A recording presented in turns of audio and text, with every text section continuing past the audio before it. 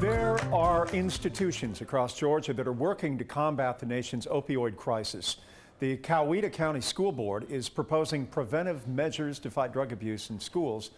And while Georgia's Attorney General is working to address the abuse of opioids in the suburbs, 11 Alive's Jennifer Bellamy is breaking down ways the state and the county are fighting the opioid epidemic. Jeff, an opioid overdose medication is being proposed in Coweta County schools.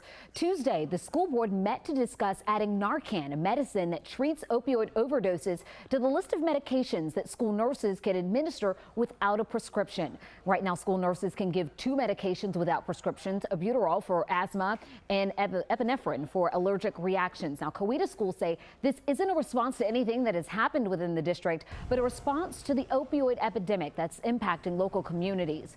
If the proposal is approved, NARCAN could be in schools by this fall. Meanwhile, the Georgia Attorney General, Christopher Carr, hosted the 5th meeting of the statewide opioid task force today. Local, state, and public officials spoke about ways to break down the stigma associated with opioid abuse in suburban communities. This is obviously a crisis in our state and across the country and in all of our communities. And if you don't talk about it, if you don't try to figure out how to best address it, the problem is going to continue. On average, the U.S. Health Department says 46 people die from prescription opioid overdoses. Georgia overdoses take up a big chunk of the national statistic, with more than 1,000 deaths in 2017 alone. All right, Jennifer, thank you.